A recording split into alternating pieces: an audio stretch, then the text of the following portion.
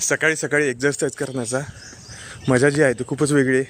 तुम्ही बघू शकता प्रत्येक दिवस एक नाविन्याने एक चैतन्याने भरून येतो जेव्हा तुम्ही सकाळी लवकर उठता.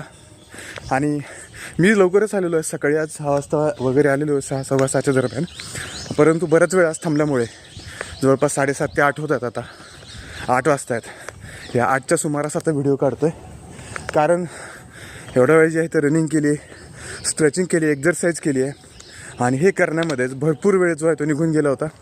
मग आत्ता सुचलं की अरे बाप, आपल्यालासुद्धा आपण जो व्हिडिओ काढायचा हे केलेला होता तो सुद्धा आता काढायचा आहे.